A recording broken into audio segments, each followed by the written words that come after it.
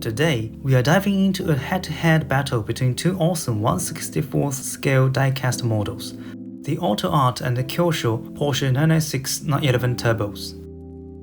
These two are really well matched, each with their own pros and cons, and they are definitely worth putting side by side. I'll walk you through all the tiny details and the big differences, and by the end, I'll review my personal favorite. First up, scale accuracy. Both AutoArt and Kyosho nailed the overall shape of the real 996 Turbo. After measuring the dimensions of the models and comparing them to the real car, the results show no significant deviations. But when you look at them from the side, Kyosho actually edges out AutoArt with some slightly more precise detailing. Now let's talk build quality. This is where things start to get interesting, and both brands show their unique strengths and weaknesses. Kyosho's mold lines are clearly superior to AutoArt's, especially on the roof and the fuel filler cap. However, the fender transition near the front headlights on the Kyosho is a little too sharp, while AutoArt's is much smoother and more natural. But AutoArt pulls ahead when it comes to the headlights. Both the front and rear light mounting pins are really well hidden, unlike Kyosho's, where they are pretty noticeable. The wheels are another big differentiator. AutoArt's wheel hub design is sharper. It has the Porsche logo printed right in the center, and it even includes separate brake disc components. Sure, it uses plastic tires without tread, unlike Kyosho's rubber ones, but those other advantages really make up for it. Let's flip them over and check out the chassis. Both models feature a plastic chassis crimped with the body. No screws here. So if we are planning to customize the interior with some paint, you'll have to drill into that die-cast. AutoArt's chassis details aren't quite as fine as Kyosho's, but it does have more silver paint. On the Kyosho, you can actually see more detailed wiring and mechanical structures. When it comes to the paint finish, both brands are excellent. There's no noticeable paint build-up on either. Unfortunately, there's some apparent signs of paint rash on my Kyosho, but the AutoArt still looks great even after more than 20 years. They are both silver, but a side-by-side comparison shows some subtle differences. AutoArt's silver is a bit purer, while Kyosho's leans slightly yellow, but its coarser metallic flakes give it a stronger, more textured look. Personally, I'm leaning towards the AutoArt paint. The details are where these two models really show their different priorities, and it gets even more fascinating.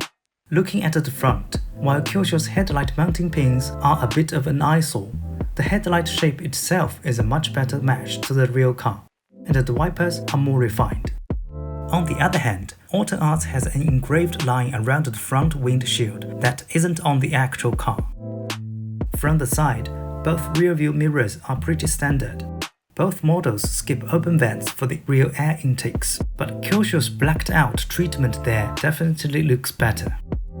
Also, Kyosho's blacked-out exhaust vents give it a much better three-dimensional feel. Now, let's move to the rear of the car, where the differences are more pronounced.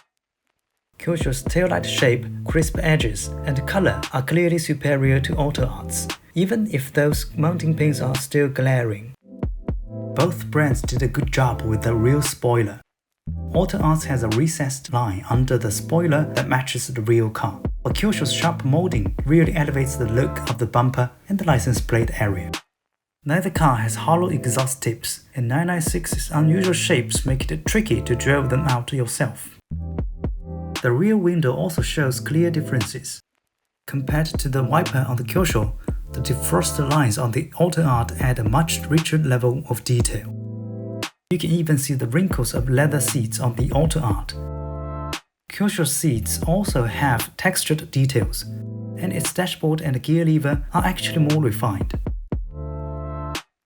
The AutoArt model came out in July 2004 for 800 Japanese yen, including a base and clear case. 5 years later, in February 2009, Kyosho launched its Porsche Minicar Collection 3 blind box series, featuring this same 996 at almost half the price, just $470. It came with a base, an info card, and a basic plastic box. Today, both models trade for around 1,000 Japanese yen on secondary markets. But considering the original prices, Kyosho was definitely the better value back then. Kyosho's blind boxes were sold in convenience stores and had huge production numbers, so even compared to that, the auto art isn't particularly hard to find. So after all that, I've got to say I personally prefer the Kyosho 996 for its sharper molding and lack of obvious detail flaws. However, if you are a collector who really appreciates brake disc details and a complete display case, the auto art model offers a more finished look. For me, all my 1/64 models goes into separate acrylic display cases anyway, so Kyosho's blind box packaging actually saved me some storage space. Ultimately, the fun of comparing these two models was way more valuable than just picking a winner. What do you think? Let me know in the comments below. Thanks for watching, and until our next encounter.